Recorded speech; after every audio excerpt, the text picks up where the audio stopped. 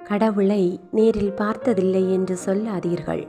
உங்கள் கஷ்டத்தில் உதவும் கருணை உள்ளம் கொண்ட அனைவரும் கடவுளே. பேசி சாதிப்பதை விட அமைதியாக இருந்து சாதியுங்கள். உங்கள் அமைதி யாரையும் உங்கள் அருகில் வர பயமுறுத்தும். வன்முறையை கண்டு அமைதியாக இருப்பது கூட ஒரு வகை வன்முறையே. உங்கள் வாழ்வில் உண்மையும் அன்பும் நிறைந்திருந்தால் உங்கள் வாழ்க்கை எப்போதும் மகிழ்ச்சியாகவே இருக்கும். மனிதனின் துன்பத்திற்கு அடிப்படை காரணம் தேவையற்ற ஆசைகளும் தேவையற்ற கற்பனைகளும் தான். நம்மை சுற்றி நடக்கும் எந்த ஒரு செயலையும் நீ எளிதில் எண்ணி விடாதே. காரணமில்லாமல் காகவும் கரையாது.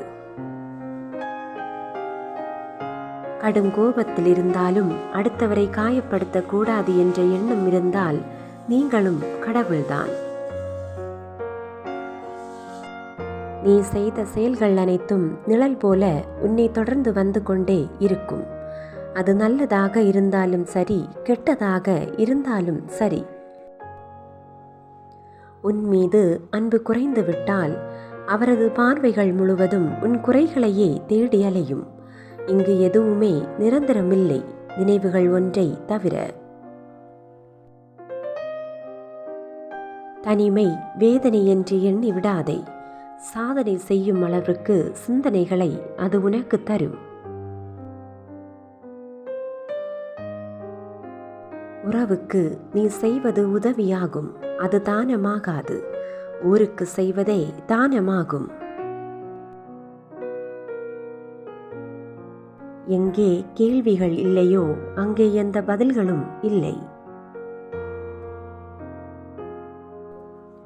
அன்பால் யாரையும் பணிய வைக்க முடியும், ஆனால் அதிகாரத்தால் யாரையும் பணிய வைக்க முடியாது.